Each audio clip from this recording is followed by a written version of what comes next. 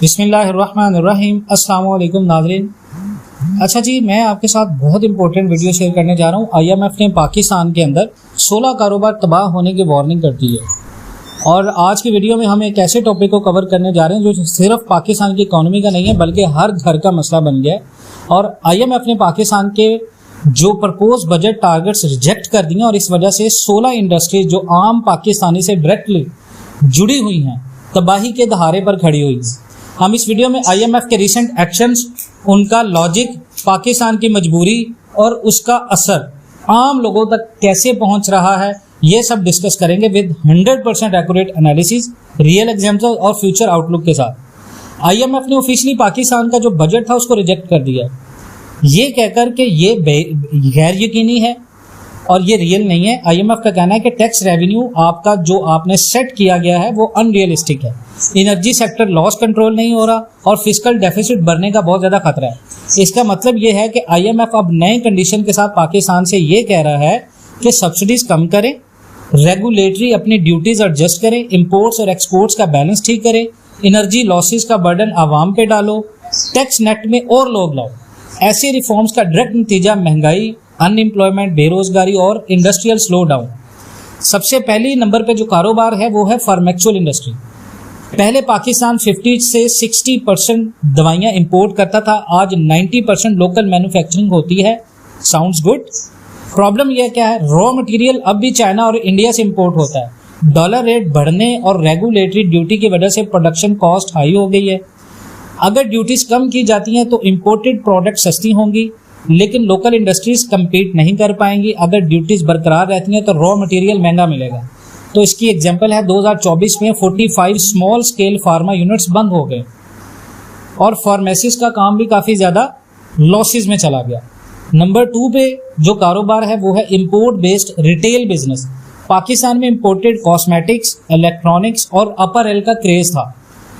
IMF का impact क्या होगा, ड्यूटीज कम होने से इंपोर्टेड माल मार्केट में सस्ता होगा, लेकिन लोकल रिटेल और मैन्युफैक्चरिंग चौक हो जाएंगी। और इसकी एग्जांपल है लाहौर, कराची और इस्लामाबाद में 2023 और 24 में 22% कॉस्मेटिक रिटेलर्स बंद हुए। नंबर 3 पे जो है वो ऑटोमोबाइल इंडस्ट्री है। सुजुकी, होंडा और टोयोटा जैसे ब्रांड सीकेडी यूनिट्स इंपोर्ट करके गाड़ियां असेंबल करते हैं। अब आईएमएफ की रिफॉर्म से क्या होगा, डॉलर शॉर्टेज होगी, एलसीज इशू होगा और ड्यूटी हाई की वजह से सेल्स क्रैश होगी। इसकी एग्जांपल 2023 में हमने देखा कि सुजुकी ने 4 बार अपने प्लांट टेम्परेरीली बंद किए थे। उसके बाद है कंस्ट्रक्शन और रियल एस्टेट। ट्रेंड क्या है जी, सीमेंट, स्टील, सैनिटरी आइटम सब इंपोर्टेड फ्यूल पे डिपेंड करते हैं। अब आईएमएफ का इम्पैक्ट क्या होगा, फ्यूल और एनर्जी प्राइसेस बढ़ने से सब कुछ महंगा, नई कंस्ट्रक्शन ऑलमोस्ट रुक गई। 2023 में 35% न्यू प्रोजेक्ट्स फ्रीज हुए कराची और इस्लामाबाद और लाहौर में। उसके बाद है फास्ट मूविंग कंज्यूमर गुड्स, जिसको FMCG बोलते हैं। बिस्किट, स्नैक्स, पैक्ड फूड्स सब इंपोर्टेड रॉ मटेरियल्स का यूज करती हैं। डॉलर शॉर्टेज से पैकेजिंग मटेरियल नहीं मिला और प्रोडक्ट लाइन स्लो हो गई। मल्टीपल ब्रांड्स ने लिमिटेड स्टॉक का डिसकंटिन्यूड स्टिकर लगाना शुरू किया था। उसके बाद पाकिस्तान में अगर आप देखें तो होटल और टूरिज्म की बात करें तो डोमेस्टिक टूरिज्म बूम किया था पोस्ट कोविड पे। और उसके बाद में आईएमएफ ने इम्पैक्ट क्या किया, फ्यूल और फूड कॉस्ट बढ़ने से होटल रनिंग कॉस्ट अनसस्टेनेबल हो गई। और इसकी एग्जांपल है स्वात और हुंजा के होटल्स ने सीजनल हायरिंग रिड्यूस कर दी थी अपनी।